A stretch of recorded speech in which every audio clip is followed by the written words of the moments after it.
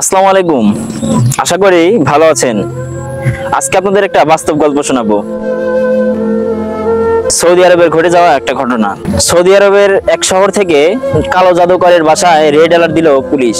বাইরে থেকে দেখলে মনে হবে এলাকার আর 10টা সাধারণ বাসার মতোই যেন বাসা, কিন্তু দরজা খোলার সাথে সাথেই বোঝা যায় এই বাসায় স্বাভাবিক বলে কিছু নেই, অস্বাভাবিক বাসা একদম। ভিতরে ঢুকতেই পুলিশদের গা গুলিয়ে বমি আসলো দুর্গন্ধে। পুরা বাসাটা যেন এক একটা আবর্জনাখানা, দুর্গন্ধযুক্ত একটা বাসা, ভয়ানক দুর্গন্ধযুক্ত। তান্ত্রিক টাইপের হাবিজাবি জিনিস দিয়ে বাসা ভর্তি, তাবিজ, কবচ, দড়ি, বোতল, মরা প্রাণীর হাড় ইত্যাদি এবং রক্ত, এগুলা দিয়ে ছড়িয়ে ছিটিয়ে আছে পুরা বাসায়। এই বাসায় কোনো সুস্থ মস্তিষ্কের মানুষ কি থাকতে পারে?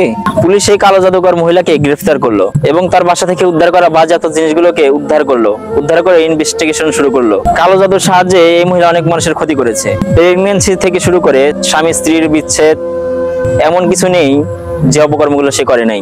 ইনভেস্টিগেশন করার সময় পুলিশ অদ্ভুত একটি জিনিস আবিষ্কার করলো। একজন পার্টিকুলার মহিলার সাথে অনেকবার কালো জাদু করার চেষ্টা করা হয়েছে। বিভিন্ন বোতল, কাগজ,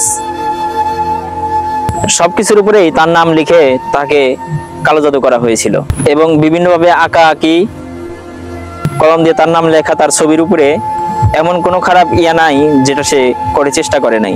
সবকিছু করে তাকে কালো জাদু করার চেষ্টা করা হয়েছে। এতবার এই এক মহিলার উপরে কালো জাদু করার চেষ্টা করা হয়েছে যে পুলিশ বাধ্য হয়ে ওই মহিলাকে জিজ্ঞেস করলো, কেন এতগুলো উপকরণে একজন মহিলার নাম লেখা?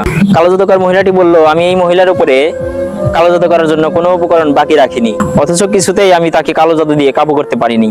ওই মহিলাটার আপন খালা, চাচা, মামারা আমাকে টাকা দিয়ে কালো জাদু করার জন্য চেষ্টা করতে বলেছিল, কিন্তু আমি কোনো কিছুতেই সফল হতে পারিনি। আমি জিনদেরকে পাঠিয়েছি ওই বাড়িতে ক্ষতি করার জন্য, অথচ জিনরা ফিরে এসে আমাকে বলছে আমরা ওই বাড়িতে গেলে কিছুই দেখতে পারি না, আমাদের চোখ অন্ধ হয়ে যায় এবং ক্ষতি করার মতো কোনো মানুষকেই দেখতে পাই না। এবং যে মেয়েটার উপরে কালো জাদু করার চেষ্টা করা হয়েছে সে আদৌ সুস্থ আছে কিনা, ভালো আছে কিনা এটা নিশ্চিত হওয়ার জন্য পুলিশ মেয়েটিকে ফোন দিল। মেয়েটাকে সবকিছু খুলে বলল পুলিশ। সে তো ভীষণ অপ্রস্তুত সবকিছু শুনে। মেয়েটিকে প্রশ্ন করলো, এই যে এতবার আপনার উপরে আক্রমণ করার চেষ্টা করা হয়েছে, কালো জাদু করার চেষ্টা করা হয়েছে, আপনি কি কিছু টের পেয়েছেন?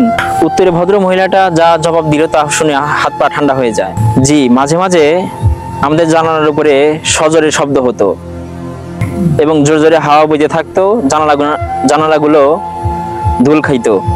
তখন ভাবতাম হয়তো বাতাস এসে, আল্লাহর দেওয়া বাতাস এসে আমাদের জানালায় লাগতেছে। আবার মাঝে মাঝে লাইট অটোমেটিক অন হতো, অটোমেটিক অফ হতো। তখন মনে হতো হয়তো কারেন্ট যাওয়া আসা করতেছে, এরকম কিছু। এর বেশি আমি কিছু চিন্তা করিনি বা ভাবিনি। সকল প্রশংসা আল্লাহ তাআলার, যিনি আমাকে রক্ষা করেছেন। তখন পুলিশ অফিসার ভদ্রমহিলাকে কৌতূহলী হয়ে জিজ্ঞেস করলেন, আচ্ছা বোন, আপনি যদি কিছু না মনে করেন আমাদেরকে একটু বলবেন আপনি কি কি আমল করেন অথবা দোয়া করেন যেটার বদৌলতে আপনাকে এত বড় ক্ষতি থেকে রক্ষা করেছেন মহান আল্লাহ তাআলা? ভদ্র মহিলাটার উত্তরটা অন্তর নাড়া দেওয়ার মতো রিমাইন্ডার। তো তিনি তখন শেয়ার করলেন যে সে কখনো সকাল এবং সন্ধ্যার জিকির আজকারগুলো বাদ দেননি, অর্থাৎ আয়াতুল কুরসি, সূরা ফাতিহা থেকে শুরু করে সূরা নাস সবসময় তেলাওয়াত করতেন সকাল সন্ধ্যায়। এটা কখনোই তার মিস যায় না, আলহামদুলিল্লাহ। এবং সব আমলই স্বপ্নে কামালের কথাই পুলিশের সাথে শেয়ার করেন এবং সেটার একটা লিস্টও পুলিশের হাতে ধরিয়ে দেন। সুবহানাল্লাহ। আল্লাহ আমাদের সবাইকে হেফাজত করুক, বেশি বেশি আমল করার তৌফিক দান করুক। তো এই পর্যন্তই।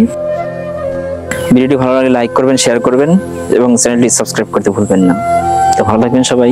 আসসালামু আলাইকুম।